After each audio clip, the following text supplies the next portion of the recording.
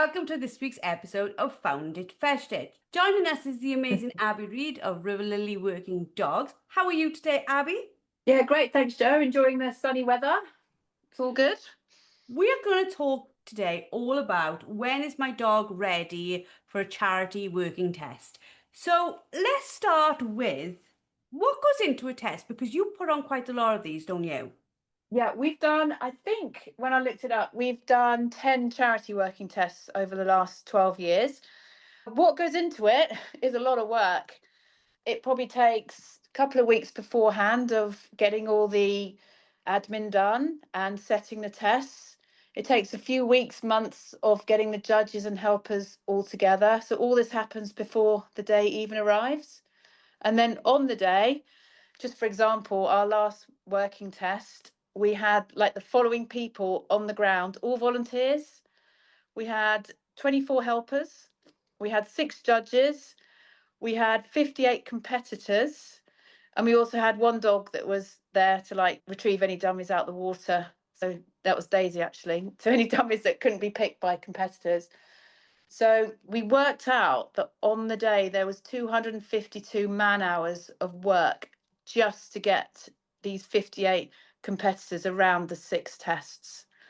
So logistically, it's quite a lot to do. And I take my hat off to you. And I don't think people always think about exactly all those sort of intricate working pieces that go together to make up the day.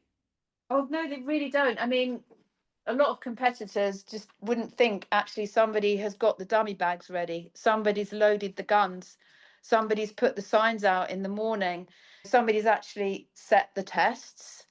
I mean, before we go any further, like, maybe people listening, if they could volunteer to help, I'm sure all the people that arrange working tests, be it charity or, Kennel Club registered tests, like, they're always looking for helpers. And the fab part of that is you get to go along and see what's involved, like really see what's involved. So that when you go forward to do it yourself, if you want to, you have a good knowledge of it. You do indeed. We always say the best thing to do before you enter a test is go and watch one or go and help at one. You learn an awful lot by watching handlers and their dogs complete or hopefully complete a given test. So talk us through like what makes a charity working test and a working test different. It's not just the fact that one is done for charity, is it? Well, that's one of the main reasons. But a charity working test, you can have unregistered dogs. So not Kennel Club registered dogs can enter. And for example, at the Riverlily charity tests, we have all different breeds running the same tests. We do state they are retriever based, but we'll have spaniels, we'll have HPRs. As long as they're gun dogs, they can do our tests. So it's a chance for many people to get involved, and you don't have to have a registered dog. Which is a great advantage because a lot of people have these breeds, but they aren't registered. They're just pets. They might be sort of like, well, can like a sprocker take part? 100%. Yeah, we have, not sure what the technical term is these days, crossbreeds. Is that the right thing? I think so, yeah. Like if my dad was here, he'd be like kicking me in the leg and going, call it what it is, it's a mongrel. But I think a lot of people have gone past. And Yeah. like Meg, my daughter, has a poodle cross bichons, and they've all got their own names now, haven't they? Like that's called a pouchon. But I think it tends to be like a sprocker is seen as this mix of two really good working dogs. Exactly, exactly. But all those dogs are welcome to join. Well, certainly our working tests, and pretty much most charity working tests will take any gun dog breed. So let's talk about what would my dog do at a charity working test? A charity working test, they are pretty much like a working test. There might be slightly shorter distances because obviously some people will have never done a test before. Some people won't know what's expected, but they are run along the lines of an official working test. But ideally, they should be steady to shot, steady to a thrown dummy. They should be able to go out, locate a dummy, come straight back and deliver the dummy. I mean, none of this needs to be perfect, but you do need a certain level of basic training installed. They should also maybe have a little bit of handling installed, so perhaps a stop whistle and then maybe a left or a right. And also, probably the most important thing is all the dogs that enter must have heard shot beforehand. I think there's this misunderstanding that charity test is like this have a go fun test, and an actual working test is a formal test. But that isn't the case, is it? It's not a case of bring your dog along, see how it gets on type of event. It does have to have some basic skills working well within it. Yeah, definitely. Because you're going to be there for the whole day, pretty much. And, there are judges. So the judge doesn't really want to watch 60-odd dogs run around out of control. They're A-panel judges, non-panel judges, people who've put a lot of time and effort, don't want to witness a dog sort of running around like a headless chicken all day. Obviously, like during these events, dogs will lose their head, there are distractions. Your dog doesn't need to be perfect. But to be fair to all the other competitors, you do need a certain level of obedience, shall we say, within your training before you even enter. Having said that, entering these tests is a great way to see how far you are along in your training. Let's, take it and just see if your dog can deliver out of water if you've been working on that in a competitive environment. It's a really good way to sort of plan your rest of the summer training, for example. Yeah, and I think for a lot of people, there is this hard line of deciding when is my dog ready? Is my dog ready? But from what you're saying to me, it's about knowing that it's been used to all those things and can do them well at home in a training situation. And then we're taking them into a group situation for them to test out their compatibility then. Is that right? Yeah, that's definitely right. I mean, as I said, you don't need to have a field trial champion at the end of the league before you enter one. Nothing like that at all. But you need to have got to a certain level within your training to go, oh, I'm competitive. Let's give my dog a go within a competitive environment. Because it is different when you stood with a judge and a helper and the judge is explaining the test. People's nerves take over and the dog's also aware of a different environment. So, from the beginning of me arriving with my dog, what would my day entail? Your day would entail heading out to the reception desk and signing in, grabbing your number, buying a raffle ticket, because obviously it's a charity event and all the monies go to charity. I would suggest that you leave your dog in the car for this bit and you head over to the reception desk and introduce yourself. And then you'll head back to your car and you'll get your dog out and there'll be an exercise area. So you'll be letting your dog off in the exercise area to do his business. So even from this point onwards, you need a basic amount of control because you need your dog to come back if you're going to let him off the lead in the exercise area. It's no use him absconding, over the fields and far away from this point. You'll then be asked to gather round and the organizer will introduce all the judges and the helpers and thank the landlord for the grounds and tell you what groups you're going to be in. You'll then all sort of peel off into your groups with your steward, so another volunteer for the day. And then you'll go off to the separate tests in your group. And one by one, you'll be called forward to the judge who will explain you the test and then lead off, job done, you're on your own. And then, you complete the test and then lead back on, go back to the group and go on to the next test. So at our last charity working test, we had 6 judges. So they had 6 tests, 5 of which you completed just you. And there was one test where you were a little walk up and there was 2 dogs out at the same time. So, what roughly, like in your working test, what were those 6 events for somebody who's looking at it to say, well, would I even know what the separate events were? Yeah, so in ours, and pretty much follows the same pattern that everyone's charity test, you'd probably have a double mark. So you'd have 2 dummies thrown out separately, but at the same time, if you see what I mean. And you'll be asked to pick one of those dummies and then the other dummy in the order that the judge tells you to pick. You'd probably have novice dog, novice handler, you'd probably have a mark and then a replacement blind. So there'd be a blind put out in the same area and you'd have to send your dog back. You might have just a single blind. Usually at charity tests, there is a shot for blinds, certainly in novice dog, novice handler. So, so if you teach your dog to run to shot, that's a good little tip there. Obviously, novice and open, you often don't get a shot. But novice dog, novice handler, and certainly in puppy and special puppy, you would get a shot. You'd probably, if you're really lucky, you'd have a splash in the water and you get to send your dog. Usually it would be a splash and then you have to turn away, perhaps do some heel work and send your dog back. So all these little things you kind of need to be able to do in training to a certain level and then take it to the competitive, just to see if it works on the day. So if you don't have like a 100% proof delivery out of water, it doesn't mean you can't enter the test. It really doesn't. You should have a go. Because A, on the day you might get lucky. B, your training might all come to fruition and you get the dummy back. Or C, it drops the dummy. It really doesn't matter. Your dog's gone and got it. It's finding that balance then when you look at the dog thinking, okay, you may make mistakes, but fundamentally you'll know what I'm asking of you. Exactly. And then it's down to the gods on the day whether it actually works, if that makes sense.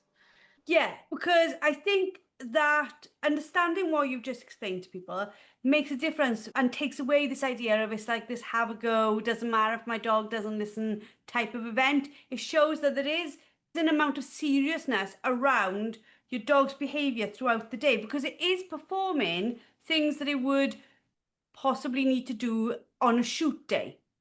Exactly. And what you have to remember is these volunteers and the judges have given up their day. They have given up. They want to judge dogs who are honest enough or have had enough training to give it a good go. Now, at a charity test, you'll probably find judges are more lenient than they would be at an official working test, which is how I think it should be, because we want to encourage people to join. We want to encourage people to get involved, and we want to give them the encouragement to keep training to get better. But we said before, equally, if you can't get your dog back, if your dog constantly runs in when the dumb is thrown before waiting to be told to go, the judge probably isn't going to welcome seeing 60 competitors with those issues. They want to see a dog that's having a good go at getting it right. Yeah, and I think a judge will have more patience where they can see that the work's been put in beforehand and maybe it's gone a little bit askew because you're in a competitive environment, there's loads of other dogs, rather than being able to see when the dog comes off the lead that the dog doesn't listen whatsoever. Exactly. And it happens to all of us. Just a quick little story. The other day, I had one of my dogs in a test, and this pheasant just literally took off under his nose. You can't odds that. It's a well-trained dog, and she took her eye off the mark.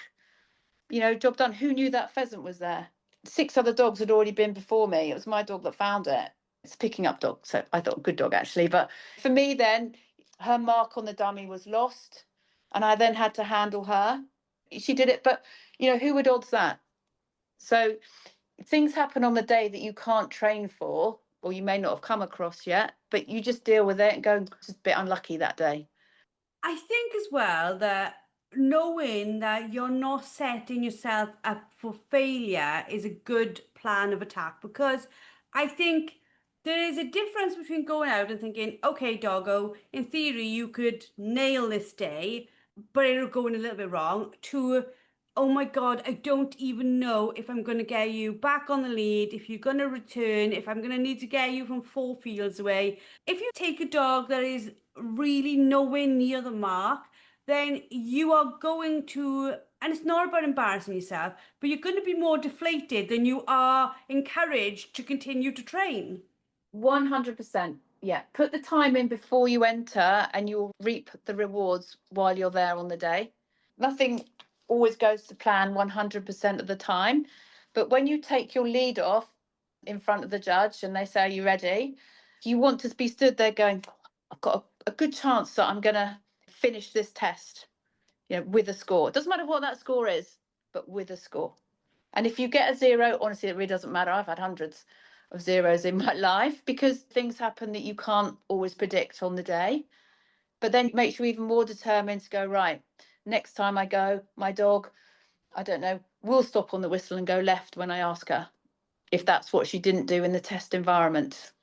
I think as well, sometimes like we don't know what we don't know, and we don't know how the dog's going to behave. I've told the story before to our members, but I took my dog down my uncle's. He's a judge, and he said to me, does that dog run in? And I was like, no. And I absolutely meant no. At no point in my training with him, with dogs he knew, had he ever run in. And literally, he threw it. The dog was off the lead, sitting by the side of me. I had no reason to think he would do it any different. As my uncle threw the dummy down a bank, the dog was gone, and he just turned to me and he said, the answer to my question was yes. And I was like, well, I didn't know the answer to my question was yes, Yeah, but it did teach me very strongly that a dog can behave in one way, in one environment, in one group of people, with dogs and nose, and then you change the environment, change the dogs, change the situation, change the terrain, and suddenly the dog can go, I haven't seen this before. exactly. And if you can't practice in that environment, then, and you go to a test and that happens, that's something that you can then work on in the future. As you say, you don't know until you know. So that's why charity tests are good, because as I said before, judges are more lenient. And certainly at the Riverlily ones, let's say that had happened to you at one of our tests, and you said, the judge says to you, are you ready, Joe? And you say, yeah, I'm ready, my dog's never run in. And then your dog did run in. At a charity test, the judge, if there's time, a bit more lenient, will probably let you have another go. Obviously, you're naught. You have got your naught. That's your first go is your go. But you might be allowed to have another go at it, just so you achieve it. And you go home having your dog going home a little bit better than when it arrived. That's terrible English, but do you know what I mean? I absolutely know what you mean. That situation also taught me to never say that anything was 100% with the dog, because it will teach you that it's not always 100% with the dog. But with people who are looking at charity tests and they're like, my dog is like, let's give it the LWDG levels. We say foundation, novice, intermediate, advanced. Okay, my dog is like working at a novice to intermediate level. I've got good control. The dog listens to me, it knows what a stop whistle is, being shot over, that type of stuff. How do we then encourage that person who's like, I'm too scared to do this, even though the dog's got the fundamentals in place? How do we encourage that person to have a go? I just think if you're working with a group of peers, a group of friends, or you're training, if we all like support each other, like, your amazing LWD does, I think if you just support each other and go together with a friend, so book up to go together, and then you obviously have a nice day while you're there, because it can be a bit daunting to go on your own. So, buddy up with someone. And especially if you're seeing a trainer, just ask your trainer if they think you're ready. And if anyone ever asks me, I'll tell you the truth. I'll say, yes, ready now, go and have a go. Or if I don't think your dog is ready, I'll say, maybe in a couple of months, but let's work on this first. Yeah. And it's having that honesty between you and your trainer where they will tell you as it is, not as you want it to be. Exactly, exactly. In a charity test, it is a great way to see where you are in your training, but you do need to have, as I said before, a certain level of control and obedience. You don't need to have a field trial champion at the end of your lead. You just need a dog who will listen to a point. And if he Yeah. listens really well, you'll win. Do you know what I mean? Which is the lovely side of this, in the fact that your dog might come back on the day being far better than you thought it was, because we can do this thing to ourselves when we train on our own and do things on our own all the time, that we are too hard on ourselves and too hard on the dog. And then you take them to somewhere like a test, the dog does absolutely brilliantly, and you are able to see for yourself externally that the dog is doing well. Yeah, and you have the judge approval. You have a score on a bit of paper that says actually your dog did that test well. And if you don't enter, then you don't know. You don't know what your dog can do. How much of it do you think as well is the psyche, mentality, confidence, whatever you want to call it? How much of the day is sort of won and lost on that? How much? Do you know what? I think a lot. let's say 80% on the day is how the handler behaves. Look, if you've gone going, oh, my dog's going to run in, or my dog's going to do this, my dog's going to do that, and you've sort of like talked yourself out of a win already, then that's going to happen. I'm not saying you need to go there and be like Charlie Big Pants and stuff, but you need to go there with confidence that it will work. Put your shoulders back and go, I can do this. And that is a point where, like, if you know that it's not a learning environment for the dog, it's a refinement environment for the dog. But for you, it can be a learning environment of building your confidence to compete. Exactly. And we all suffer from nerves. Even now, I don't know how many working tests I've done over the years, hundreds. I still get a bit nervous, but I think that's a good thing. So I use that to my advantage because it keeps me sharp. It keeps me focused on the day. But there's a fine line. If you're too nervous, then, that will go down the lead to the dog. And depending on what dog you've got, he'll go, oh, mum's nervous, let's muck about. Or if you've got a little dog that is more anxious, or mum's nervous, or maybe I ought to be nervous. So it's a fine line. I can remember once talking to you as you were about to go into the ring at Crafts, and like you were like super focused, so calm and so in the zone for what you were going to do. Yeah, well, that's on the outside, Joe. You don't know what's happening on the inside, but yeah, if you've done the practice and you love what you're about to do, then you've got to have that sort of mindset that it's all going to go well. But also equally, so you have that mindset before you take the lead off, and then hopefully it goes well. But you also need the mindset if it doesn't go well, you still got the best dog, and you just go home and do your homework. I think you've got to be able to as well, not laugh it off, but shake it off if it does go wrong, haven't you? Yeah, and then you've got to evaluate and go, did it go wrong because my dog was naughty? Or did it go wrong maybe because I wasn't clear enough with the dog what I wanted?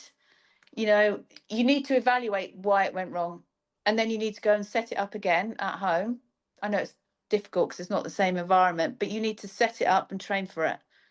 Yeah, absolutely.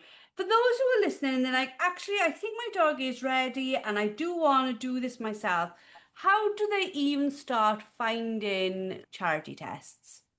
Well, the good thing with social media is pretty much they're all over social media. If you go on retriever tests and trials, and I'm sure there's a spaniel equivalent as well, people list on there the working tests, charity working tests get listed there. If you just ask around, ask a gun dog trainer, a local gun dog trainer, they might know some local events that are happening. It's the same as most sort of competitions. It's just searching for them. And once you know them, and once you're in those groups, you'll see them all the time then, won't you? Yeah, you'll see them all the time. If you join your local gun dog club, so spaniels, HPRs, or retrievers, they'll probably know where and when the local charity events are. It's kind of word of mouth a little bit as well. So you just have to sort of just ask around. And they are a good starting ground for you if you want to go on to then do a working test or you do want a trial. Yeah. They're a good stepping stone. Yeah, because judges, well, certainly the ones that I choose, they're all really lovely people. They want to see a good dog work, but if it does go wrong, they will be encouraging. So it's a great way to start. And then when you go to an official registered competition, you'll know what's coming up. You'll already know what possibly could happen. You might have to watch a mark and send for a blind somewhere else because you've done a couple of charity tests. You kind of know what might occur, so you will have trained for it. And also because you've gone and helped at a couple, you'll know potentially what tests get set. I suppose the great thing about helping out as well is you can learn so much from other people's dogs so fast. Like I always think this, had I not had dad working all his dogs because the man was mad and had far more than any person needed. Mind you, I was saying that to you. Yeah, I think he I've had the got same 9. amount as you. But yeah, but he had far more than I would. Then, for example, say in my lifetime, if I only had one dog and then when they pass, I've got another, I might get to see 5 dogs work. By watching Dad, I was watching 20 dogs improve very, very quickly. And then I was learning from every one of those dogs as much as I was learning from my own. That's such a great point. That's a really great point. So take that back to our discussion on working tests and charity tests. If you volunteer to help, you will see 60 people with their dogs complete the test that you're helping on. So you will see 60 dogs, I don't know, pick the double mark. You'll see 60 dogs pick that blind. You'll see 60 dogs go into the water, depending on which test you're on. And you will learn an awful lot by watching the dog and also watching the handler. Yeah, I can see it being an amazing improvement ground. And when you're volunteering, it doesn't matter what level your dog's at because your dog's not competing. So you can even start that when you've got a puppy because it's a great way for you to learn very, very quickly what that puppy should look like as it grows.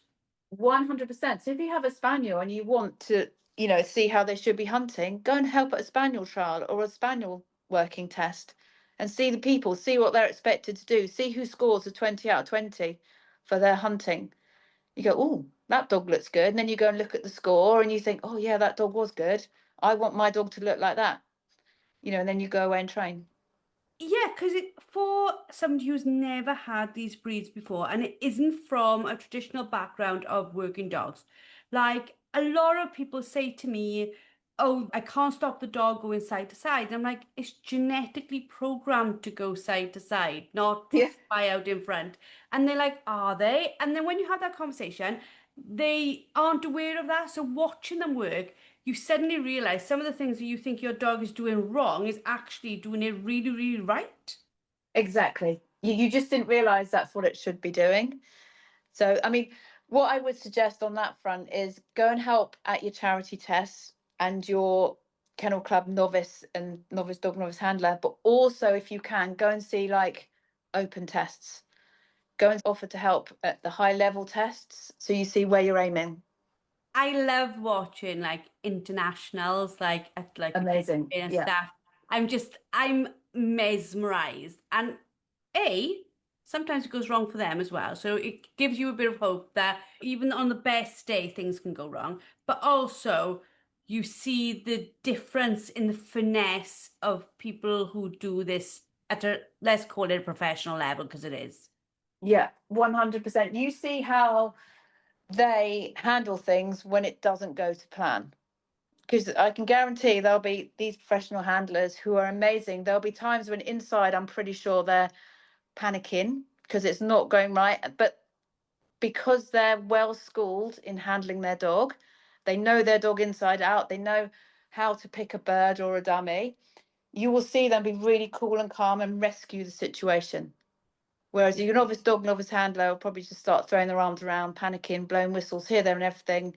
And it just sort of like all explodes into like a bit of a disaster. But you only learn that by entering these tests and putting yourself in that arena to see how you react. It was me watching Mike Jones, I think his name is, with a retriever.